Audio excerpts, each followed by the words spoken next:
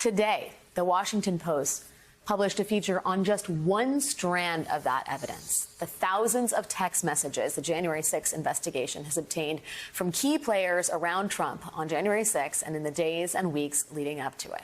Quote, thousands of frantic, ephemeral text messages that might have otherwise been lost to history are now key to piercing together the most vivid and comprehensive picture to date of the events surrounding the chaos at the Capitol. Texts that go all the way back to the day after the election, like this one to Trump's chief of staff from former Trump Energy Secretary Rick Perry previewing what would become one of the attempted strategies to overturn the election. Quote, here's an aggressive strategy.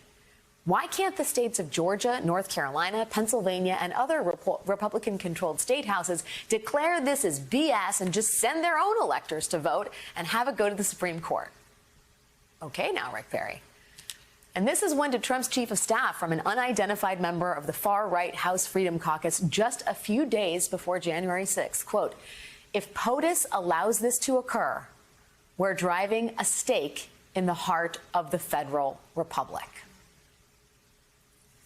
And texts like those are just the beginning. The Post reports, quote, the committee so far has publicly revealed only a sliver of the thousands of text messages it has received so far. Joining us now is the lead author on that piece, Washington Post congressional correspondent Jacqueline Alemany. And as of today, she is also now an MSNBC contributor. Jackie, thank you for being here. Congratulations on coming to the family. Let's talk about these text messages.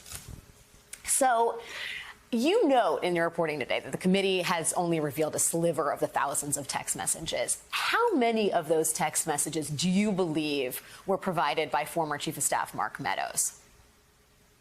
Yeah, Alex, that's a good question. Mark Meadows has certainly provided the majority of the text messages that the committee has received so far.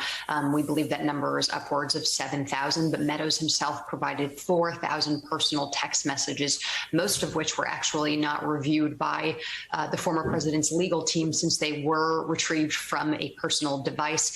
Meadows's text messages are really viewed by the select committee investigating the January 6th insurrection as sort of the connective tissue that is really pulling all of the disparate threads about the planning leading up to and on January 6th all together.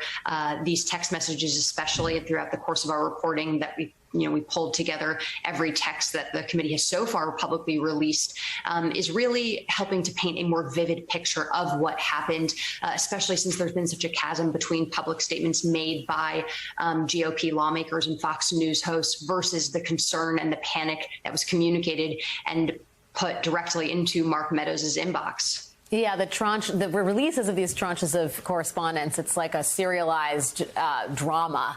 How is the committee deciding which texts to release publicly and when to release them? I mean, do we have a sense that they're holding on to texts that may be even more explosive in terms of public consumption? Absolutely. I think the committee is trying to ensure that they have the most blockbuster public hearings possible, and that means holding back some of these text messages. That being said, the trail of breadcrumbs they've left so far in releasing some of Meadows' text messages with people like Jim Jordan, Sean Hannity, and as we reported this morning, Project Veritas president and founder James O'Keefe have been fairly juicy, and they have needed to release those in order to make a persuasive argument to hold Mark Meadows in contempt. A lot of those messages were released in the contempt report that the committee put out a few months ago. We're still waiting on whether or not the DOJ is going to ultimately take up that contempt referral. But there is a fine line they're sort of straddling to apply public pressure to get people like Sean Hannity to cooperate voluntarily with the committee versus holding back some of these messages and trying to make the splashiest public presentations possible to draw the American public in. Well, and yet some of the things we have are splashy and explosive and drawing the American public in. I mean, the text message sent to Mark Meadows by Rick Perry a day after the election, which is essentially like a pitch strategy, aggressive, an aggressive strategy in typical Perry fashion is misspelled, right? But the strategy he lays out in Texas, hey, have state legislatures in Republican-controlled states send their own electors. That's basically the plan as it was laid out and executed, right? And yesterday we find out that the committee's issued subpoenas to 2 members of the Trump campaign who it says had a role in directing that scheme. I guess I wonder whether you think the committee is ahead of the public reporting we have on that aspect of the campaign, that effectively they know a lot more about what's transpired than we've digested in the press as yet. I think they do. I think, not to toot our own horns, we've done a good job of getting out ahead a lot of these stories before the committee was previously aware of them. But when it comes to the information that they've gathered so far, the volume of these text messages, documents, and records and depositions that they've collected makes it such that there's inevitably going to be some news and some big reveals. I think what's also important to note about these texts, other than the content and some of these crazier and unexpected reactions to things, these frantic, ephemeral concerns that were raised that would have otherwise been lost to history if not for being memorialized in a text message, is the forensic analysis that I believe committee investigators can do of the social networking. Obviously, these text messages show the direct pipeline between the White House and Fox News.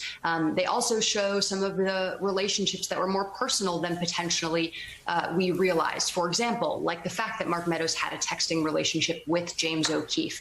So that is also helping piece together a lot of these various schemes that were sort of all concurrently going on. Yeah, it's the first kind of beginning of a fully fleshed out org chart of the Trump universe and this power grid, if you will. Exactly. I got to ask about the news today that the Biden White House is effectively clearing the committee to get access to the Trump the White House visitor logs. What could be in those that might not be in the text and other communications that we've been privy to thus far? Yeah, that is a very good question. And it's actually, I'm not all that certain that we're going to get that much from these logs just yet, because as our reporting has borne out in the last few weeks, we know that this was a president who subverted, ignored, and failed to follow most procedures. It's unclear if these White House visitors logs were meticulously and accurately kept, or if the president was sort of sneaking past these processes that were implemented for a reason, to document and keep the most comprehensive picture of history in order for the American public to look back and be able to potentially know who was visiting with the president at this crucial juncture in our democracy. But it's unclear if Trump was doing that. On the other side of the coin here, any names that are on there of people going in and out of the White House that we don't already know of will be extremely helpful. We know in those final weeks that the president was trying to overturn the results of the election, there were fringe figures like Michael Flynn, Mike Lindell, Sidney Powell going in and out of the Oval and the White House residence. And I think that at this point, any documents that the committee can get their hands on is a win. Yeah, I mean, if the president was flushing records down the White House toilet, goodness knows what's happened to those visitor logs. But we await the reporting on all of it. I'm sure your byline will be on some important stories in the very near future. Jackie Alemany, Washington Post congressional correspondent and now an MSNBC contributor. Thanks for joining us tonight.